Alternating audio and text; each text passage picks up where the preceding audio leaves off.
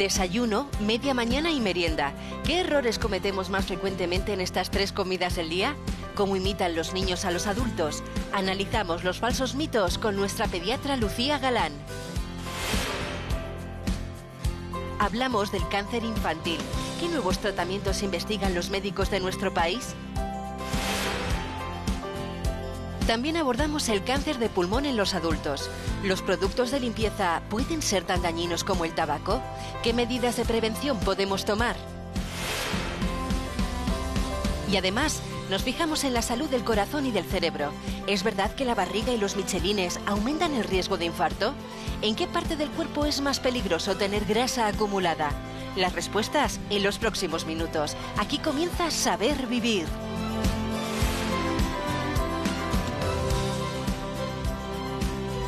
¿Qué tal? Buenos días. Una mujer de 90 años está hospitalizada con quemaduras graves en el cuerpo tras intentar apagar con agua una sartén que estaba ardiendo. Luis, ¿sabemos algo de su estado de salud? Pues sí, afortunadamente, bueno, los 90 años lo sigue teniendo, eso no lo podemos modificar, pero el primer parte hablaba de un 30% de quemadura en su cuerpo, ahora hablan de un 14%, lo cual reduce la superficie corporal porque evidentemente la gravedad está en función de la superficie quemada. Un 14%, para que se hagan una idea, la cabeza viene a ser un 9% más o menos, pues hagan una idea de la superficie corporal que tiene.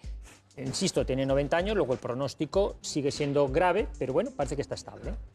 Tenemos que tener en cuenta que la casa, que parece que es donde más seguros estamos, pues hay una zona de esa casa que es la cocina, que es donde ocurren la mayor parte de los accidentes, no solo con los niños, sino también, por ejemplo, con las personas mayores. Y yo me quiero parar medio minuto en las sartenes, porque desde pequeña aprendí que si yo soy la pared de la casa y esto es la vitrocerámica o el fuego, es tan peligroso que el mango de la sartén esté por fuera. Mi madre siempre... Porque pasa alguien, ¿no? Claro, le da un o sea, golpe y te la puedes tirar encima. Claro, entonces los mangos siempre hacia adentro. Bueno, es un apunte interesante. Lo cierto es que es muy difícil, ¿no?, reaccionar con eficacia ante una situación de fuego. Vamos a hablar con nuestra compañera Candela, que se encuentra en Las Rozas, con Martín Rafael de Andrés, que es bombero. Muy buenos días. ¿Cómo neutralizar las llamas si nos pasa algo parecido? Buenos días, Macarena. Buenos días a todos. Rafa, ¿qué es lo que pasaría si echáramos, como esta señora, agua en una sartén ardiendo? Bueno, es un fenómeno que se llama boil over en inglés, pero que es tan sencillo como explicar que el agua, al ser más densa que el aceite en este caso, iría al fondo de la sartén, la cual está muy caliente. El agua va a pasar a estado de ebullición, va a pasar a estado vapor de inmediato y va a incrementar su volumen del orden de 1700 veces. ¿Y cómo sería? Vamos a verlo sobre esta olla. Pues os voy a encender ahora mismo el simulador. Tenemos que decir que estamos haciendo un simulacro, Macarena, porque ni siquiera hemos podido utilizar una sartén real por lo peligroso que es, ¿verdad, Rafa? Claro, ¿veis esta llama? Si ahora echáramos agua y esto fuera aceite realmente, tendríamos una erupción de lo que es el propio aceite que saltaría, nos quemaría vivos. A esta distancia que estamos, estaríamos en gravísimo riesgo. ¿Y qué hacemos? ¿Cómo la podemos apagar, Rafa? Bueno, ¿qué podemos hacer? Pues lo siguiente. Vamos a acompañarle con mucho cuidado. Vamos a acercarnos con cuidado, evitando la llama. Vamos a tapar, vamos a sellar. ¿Esto se puede hacer con un trapo de cocina, Rafa? Bueno, es una pregunta idónea, ¿por qué no? Se podría hacer, podemos hacer lo que queramos, es muy peligroso. Hemos utilizado una manta ignífuga, son económicas, pero son especiales para utilizar en este tipo de situaciones. Deberíamos tenerla en casa, poquito a poco las iremos incorporando. ¿Y la tapa de la sartén entonces? La podemos utilizar. Vamos a probar, ¿cómo sería? Porque tenemos aquí la tapa preparada, ¿verdad, Rafa? Es lo ideal. En realidad, lo que pasa es que yo creo que la gente se asusta en una situación como esta, con un fuego así en su casa. Nadie se atreve a acercarse con la tapa. Pues hay que tener mucha precaución. La forma idónea, fijaos, la utilizo como un escudo. Parezco el Capitán América, la voy acercando y lo que hago es agachado, siempre agachado, protegiéndome, sellar y retirarme.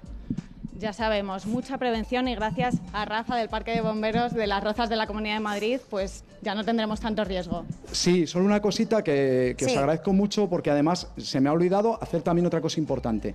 Desalimentar, es decir, corto la corriente eléctrica, si es una cocina de inducción, vitrocerámica, y apago el gas también, que no se nos olvide cerrar cortar la la corriente, apagar el gas, con eso nos quedamos, Candela. Muchísimas gracias, gracias Rafael de Andrés. Imagínense lo peligroso que es que ni siquiera un bombero se ha atrevido a hacerlo. No obstante, recuerden, aparte de mantener la calma, que entiendo que siempre es difícil ante una situación como esta, el número de emergencias, el 112, si necesitan la ayuda de estos profesionales.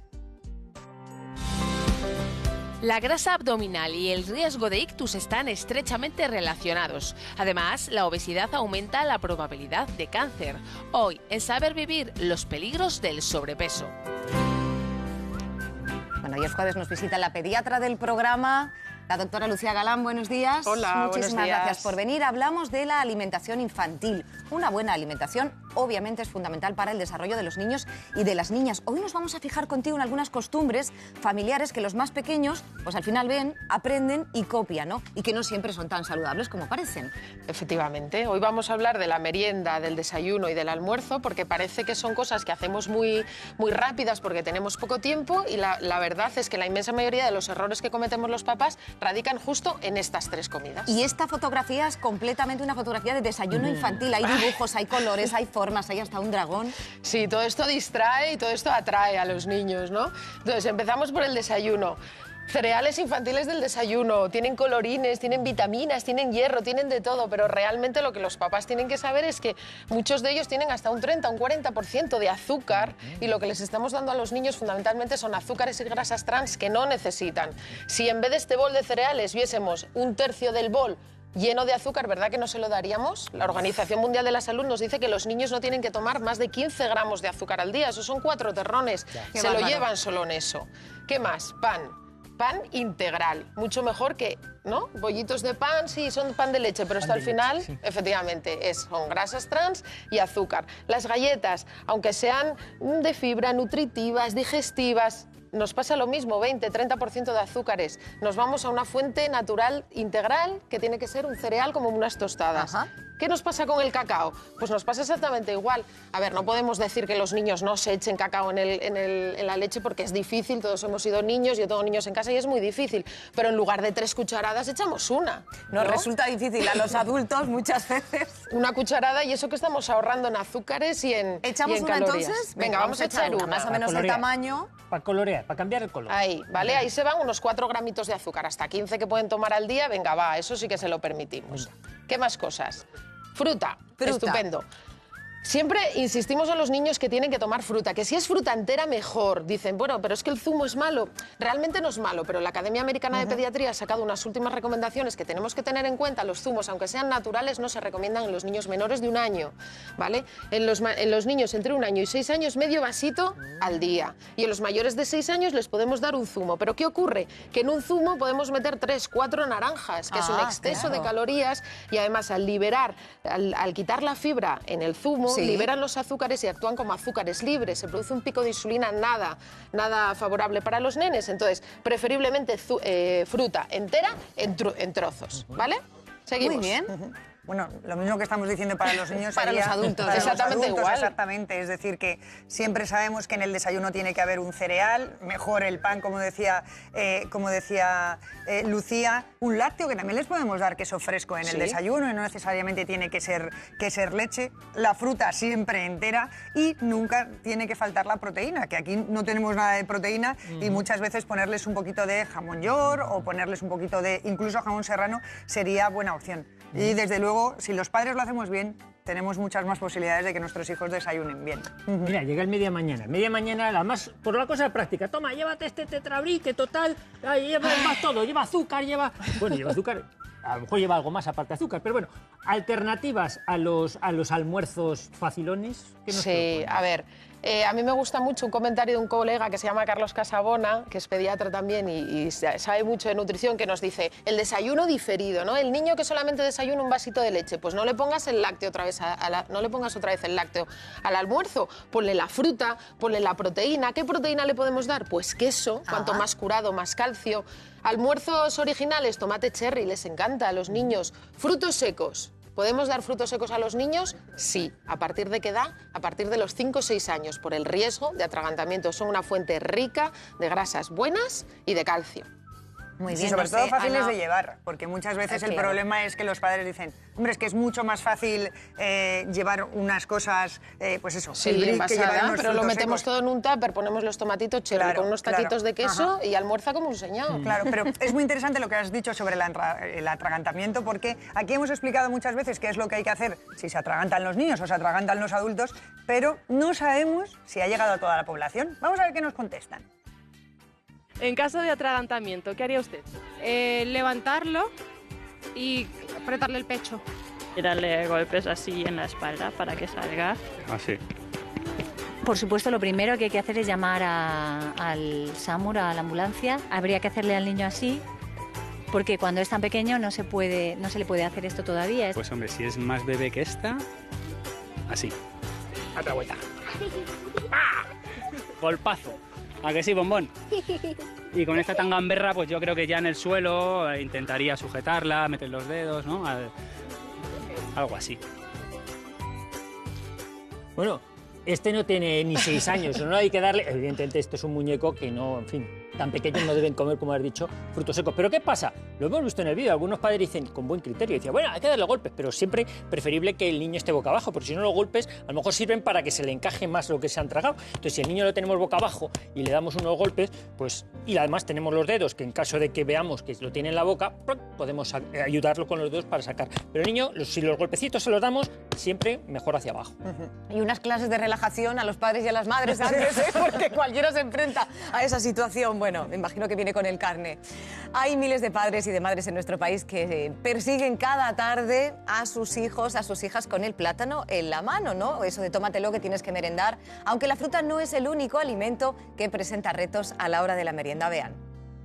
¿Qué le da de merendar a sus hijos? Pues normalmente un poco de fruta y pan, un bocadillo con algo de fiambre. Normalmente sándwich con jamón de york, zumo, quesitos, queso fresco, fruta, eso le cuesta un poquito más. Pues generalmente fruta o un poquito de jamón o bueno, luego pues hay días que unos gusanitos. Generalmente fruta. Fruta y a veces algo de galletas o yogur. Puede que algún día algún sándwich de algún crema de cacao o algo así. Procuramos que bollería industrial no, pero incluso de vez en cuando pues también. Bueno, me ha llamado mucho la atención que todo el mundo dice fruta, pero yo no he visto mucha Poca, fruta en el, sí, no he sí, visto sí. mucha fruta en el reportaje. Yo creo que la teoría nos la sabemos, pero es verdad que a la hora de llevarla a la práctica a lo mejor nos cuesta un poco más. Yo soy fiel defensora del bocadillo. Es De decir, toda la vida. El bocadillo toda la vida hemos desayunado, hemos merendado bocadillo y ahora es verdad que se ven a pocos niños comiendo bocadillo. Vamos a dar una opción saludable de bocadillo de merienda. Porque esto nada, ¿no? Esto que está aquí nada. Uf, es que aparte lo que ha dicho el papá, no, bueno, pues de vez en cuando un bocata de nocilla, de vez en cuando, el de vez en cuando, si tú a tu hijo le acostumbras a de vez en cuando, es que sale del cole ya esperando que ese sea el día. Que esté el de vez en cuando en la puerta con todo su azúcar y sus grasas trans. No, terrible. Yo creo que bocata, efectivamente, pan integral, siempre lo repetimos, es mucho más saludable. ¿Fuente de proteína saludable? Pues mirar, tenemos aquí atún, melva. Yo creo que es fantástico, ¿no? Fuente de grasas de las buenas, fruta, por supuesto. Los niños salen con tanta hambre del cole, que es que yo lo que he aprendido como mamá es que les lleves lo que les lleves, es que lo van a devorar. Y encima, mientras te cuentan todas las cosas del cole, entonces aprovechar, por favor, fruta, bocata y para beber siempre agua. Ni batidos, ni zumos, agua. Claro, y hay que tener en cuenta que los niños, mis hijos ya no son tan niños, pero no comen fruta por la vaguería de tenerse la que preparar. Si vamos a buscarles al cole con la manzana pelada o la pera o el plátano, se lo van a comer, seguro. Sí, sí, yo les llevaba al tupper con incluso los tenedorcitos y ahí iban ellos comiendo, que era la rara de la puerta del cole, pero es que yo creo que juntos sumamos, ¿no? Tenemos que hacer aquí piña. Oye, Lucía, estoy muy conmovida y sé que los espectadores también por cómo preparas la merienda a tus niños por las mañanas. Me recuerda a los post-it que me dejaba mi madre cuando era jovencita. Tus fotos se han hecho virales con mensajes positivos de cariño, de amor, para que cuando abra su merienda pues se encuentre a mamá también ahí. Eso es, yo digo, pues alimenta su cuerpecito y su autoestima, ¿no? O sea, mi hija abre su almuerzo, tiene ahí 2 nísperos, fruta de temporada y aparte un mensajito positivo de su mamá de qué orgullosa estoy de ti, venga Morín a por el martes que ya nos queda menos de semana. Sí. Pues sí, la verdad que todo lo que hagamos por cuidar la salud de los niños, por cuidar su nutrición y también la prevención y también los avances de la medicina. Si el cáncer es algo que nos afecta a todos, a los adultos, es todavía más doloroso cuando les afecta a los niños. Pero precisamente la investigación va a su favor y estamos descubriendo grandes avances para tratar los tumores más frecuentes en los niños. Miren esto.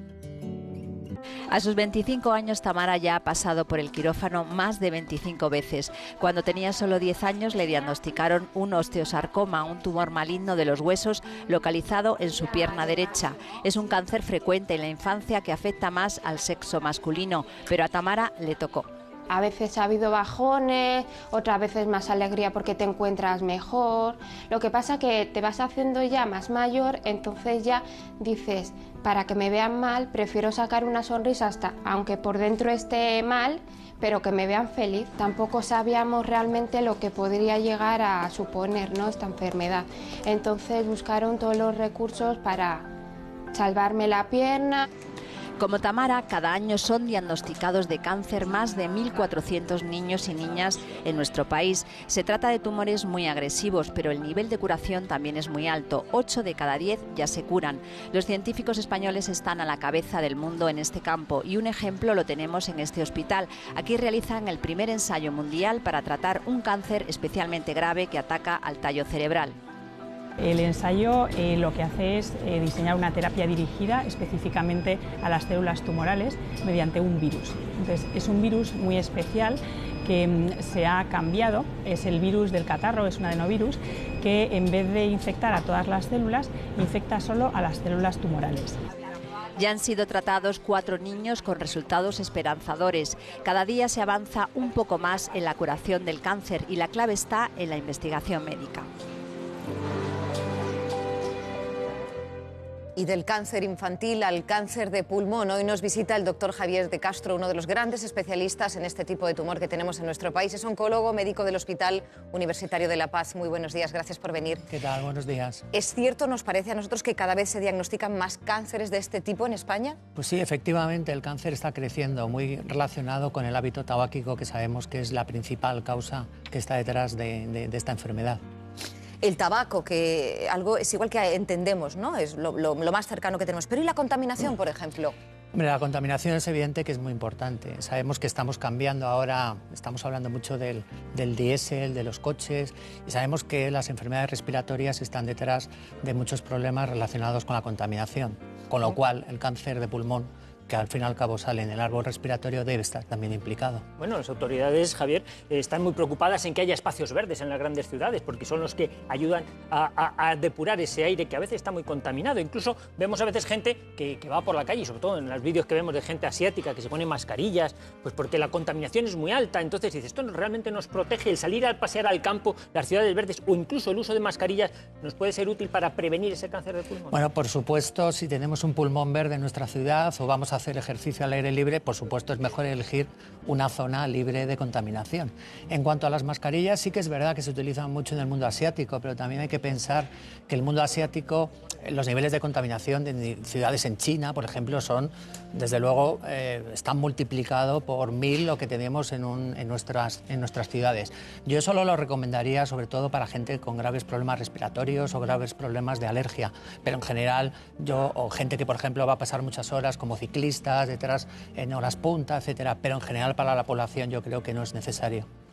Javier, a mí me ha llamado mucho la atención un estudio que han hecho en la Universidad de Bergen, en Noruega, con productos de limpieza que tenemos todos en casa, y han visto que las mujeres, sobre todo las mujeres, aunque también se investigaban hombres, pero aquellas mujeres que limpian en su casa, pues dicen que como mínimo una vez a la semana, o que eran limpiadoras profesionales, era como si fumaran 20 cigarrillos al día, sin ser fumadoras, por el hecho de utilizar estos productos de limpieza, cosa que no se veía en los varones. ¿Tú crees que es que en ese país, en Noruega, utilizan unos productos más abrasivos o están exagerando? Yo creo que en general, yo no conozco en profundidad el estudio, pero yo creo que en general lo que nos está transmitiendo es que hay que tener hábitos saludables también para el trabajo, también para la limpieza, ¿no?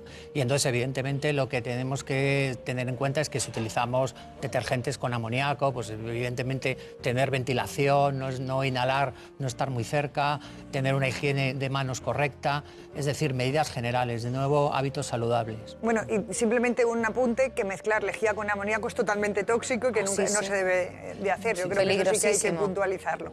Sí, y doctor, lo que sí que está demostrado científicamente es que el tabaco sigue siendo la principal causa del cáncer de pulmón. Sí, por supuesto.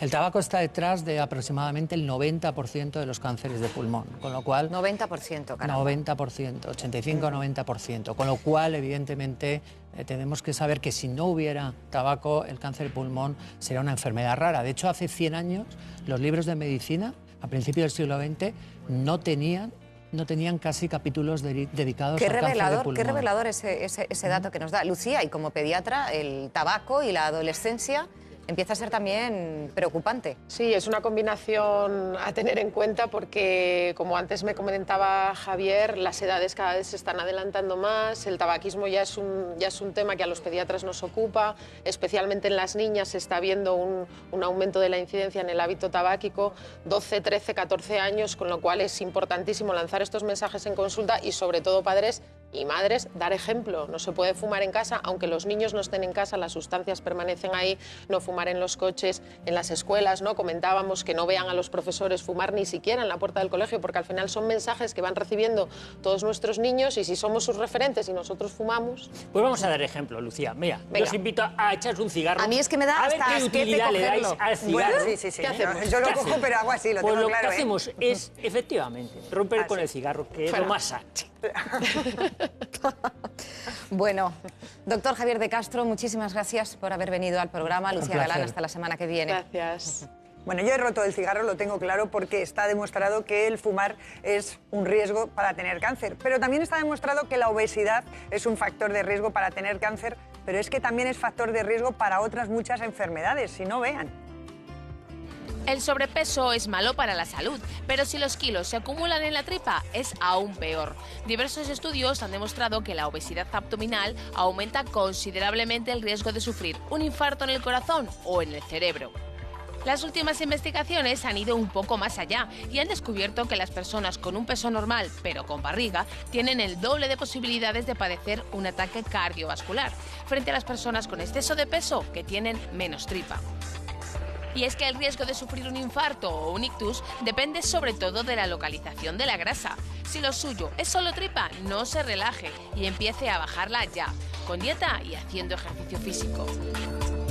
Para hablar de grasa acumulada en la tripa, hemos invitado a la doctora María Luisa Domingo, que es jefa del Servicio de Endocrinología y Nutrición del Hospital La Luz de Madrid. Muy buenos días. Nos estarán viendo muchos espectadores y espectadoras preocupados y preocupadas por una cuestión de estética, y resulta que es mucho más perverso que todo esto.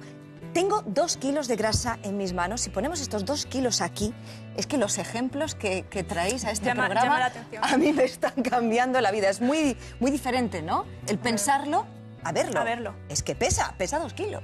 Efectivamente. Y es una cuestión de salud, decía yo, doctora. Exactamente, no solamente es estético. O sea, cuando nosotros buscamos mejorar el peso, ya no es únicamente la estética, cuando vienen porque tenemos la tripilla, lo que buscamos es mejorar la salud, no es solo estético. Mira, de hecho yo creo que vosotros los endocrinos tiráis mucho de estas figuras, ¿no? De la pera. La pera es una fruta saludable. Y la manzana, que la tenemos aquí al lado, pera y manzana, son 2 frutas que tienen algo en común, y es que suelen tener mucha cintura, ¿no? Os gusta decir, oye, es que esto tiene una cintura muy ancha. Tiene fenotipo manzana, tiene fenotipo pera. ¿Son sanos, son saludables? Claro, nosotros hacemos ese símil porque la figura manzana, que es sobre todo toda la parte abdominal, la más obesidad central, esa es la que es metabólicamente peligrosa y la que sí que se asocia a problemas cardiometabólicos. En cambio, la pera, que también quiere decir que tenemos que tener que mejorarlo, pero no se asocia tanto a esos problemas metabólicos. La grasa peligrosa es la interna, la abdominal, porque esa es la que se inflama. Realmente la obesidad no es un exceso de peso, es un exceso de grasa, es una enfermedad por exceso de grasa. Y en realidad es una enfermedad inflamatoria crónica, leve, pero una enfermedad inflamatoria. Entonces la grasa interna es la que se inflama y genera sustancias protrombóticas, proinflamatorias, que luego hace que podamos tener más efectos, pues ictus, infartos al corazón. Entonces nosotros hacemos ese símil de la manzana, esta es la peligrosa. Claro, por eso es muy importante si estos 2 kilos de grasa no es lo mismo tenerlos aquí que tenerlos quitárnoslo aquí. en la zona Claro. abdominal. Y entonces muchas veces cuando nos dicen, pues yo mido tanto y peso tanto, ya es que mido tanto y peso tanto, no sirve de nada. Ahí solo calcularíamos el índice de masa corporal, pero eso no nos sirve. Lo que queremos saber es dónde está esa grasa. Exacto. Y una forma que tenemos los médicos de medir dónde está esa grasa es con la cinta métrica. Y con la cinta métrica vamos a medir la cintura y vamos a medir la cadera. Y de ahí vamos a sacar un índice que es el índice cintura-cadera, que como veis se calcula de la siguiente manera. Hay que medir la cintura a la altura de la última costilla flotante, que eso viene a ser más o menos a nivel del ombligo, para que se hagan una idea. Hay que medir la cintura, decía, hay que medir la cadera y luego hay que hacer ese índice cintura-cadera, que es dividir la cintura entre la cadera. Y si en el hombre ese índice sale por encima de 0,9, pues hay riesgo. Lo ideal es que el hombre esté por debajo de 0,9 y la mujer esté por debajo de 0,8. ¿Qué podemos explicar del riesgo? Hombre, nosotros en consulta lo que intentamos es medidas indirectas de la grasa que tenemos dentro del abdomen. El índice cintura-cadera es uno de ellos, una de las cosas que usamos. No es exacto, porque hay gente que puede tener mucha grasa subcutánea y poquita intraabdominal, y no es exactamente, pero nos vale para estimar de forma indirecta cuánta grasa tenemos. Claro, sobre todo es para que no nos vayamos al IMC, ¿no? Exacto. Tengo un IMC de 27 ya, pero... Exacto. Y siempre nos preguntan, ¿y qué alimentos son los peores para aumentar esa grasa abdominal? Lo resumimos muy rápido. Por un lado estarían los hidratos de carbono, sobre todo los que ¿La pasta, no son... Ana? Bueno, he puesto pasta, claro, pero hemos puesto pasta blanca, es decir, pasta que no sea integral. Vale. El exceso de hidratos nos va a generar una mayor grasa a nivel abdominal. El exceso de grasas también. Fijaos este bonito entrecot, que a lo mejor a algunos les parece sugerente. Exactamente, pero tiene toda esa grasa, es grasa saturada, que realmente es la peligrosa. Y la combinación entre los hidratos y la grasa potencia mucho más ese riesgo de tener grasa abdominal. Y esa combinación estaría, por ejemplo, yo tengo aquí un croissant, que son hidratos, pero si lo parto, pues tiene chocolate. Es decir, estamos mezclando hidratos con grasas, que sería mucho más peligroso. Bueno, Ana, tú comentas lo que añade sólido. Volumen sólido, pero también hay gente muy preocupada porque como y me hincho, o sea, son los gases, y sobre todo los gases pues lo da pues aquí las crucíferas, pues la col, el brócoli, la lechuga, la fruta, la verdura, que son muy sanos, muy saludables, la legumbre. Pero yo creo que incluso más que los gases que provocan estos alimentos es cómo lo comemos, sobre todo si tomamos bebidas carbonatadas o si comemos deprisa, no masticamos bien. Eso es lo que nos va realmente a llenar de gases, doctora. Yo lo veo mucho en la consulta, no sé si vosotros le dais consejo para que coman más despacio. Claro, sobre todo es que al comer muy rápido tragamos aire. Entonces a veces no es solamente lo que comes, sino comerlo tan rápido, lo que haces es ir tragando y tragando aire. Yo muchas veces digo que si hacen las verduras con cominos ayuda un poquito. La verdura con comino, nos quedamos con ese dato. Muchísimas gracias, doctora María Luisa Domingo, por haber venido a Saber Vivir. Gracias. Bueno, desde luego lo que ha quedado claro es que el tamaño de nuestra tripa depende de lo que comemos, de lo que bebemos y también de lo sano que tengamos, lo que se llama vulgarmente la flora intestinal, la microbiota. Y para eso es muy interesante tomar probióticos y prebióticos, que muchas veces los confundimos. Bueno, pues en la revista del Club Gente Saludable, esta del mes de mayo, hay un informe sobre eso, sobre la microbiota. Nos hablan de probióticos y prebióticos y nos ayudan a diferenciarlos. Si tú quieres leer tranquilamente la revista en tu domicilio, solo tienes que llamar y hacerte socio del Club Gente Saludable, porque además de la revista te vas a beneficiar de otras 3 ventajas. Una es que vas a recibir una práctica y útil guía, que es las 30 claves para adelgazar de manera saludable, para que tengas toda la información. Además, te vas a beneficiar de numerosas ofertas y descuentos en centros oftalmológicos, en ópticas, en centros, por ejemplo, para cuidar tu dentadura, donde te pueden hacer hasta un 30% de descuento, y eso es un ahorro muy interesante de dinero. Y la tercera ventaja es que todos los meses entras en los sorteos que el club realiza entre todos sus socios, y durante el mes de mayo se va a sortear una estancia para 2 personas en uno de los mejores balnearios de España. Si quieres disfrutar de todas estas ventajas, solo tienes que formar parte del Club Gente Saludable llamando al 902 55 05 22 o haciéndolo a través de la web en www.sabervivir.es. Gracias, Ana. ¿Y cuál es el alimento más completo que puede recibir un bebé? La leche materna. Pero atención, que dar el pecho también tiene beneficios para la mujer. Lo vemos en el siguiente vídeo y después llegan amigas y conocidas. Que tenga un bonito jueves. La lactancia materna evita más de 20.000 muertes por cáncer de mama al año. Dar el pecho no solo es bueno para los bebés, también tiene numerosos beneficios para las mujeres.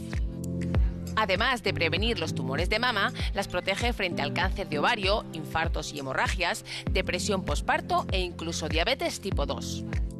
Y si se puede dar el pecho y si se hace desde el minuto cero, los bebés aumentan su esperanza de vida. Son razones de gran peso para apostar por la lactancia materna en el siglo XXI.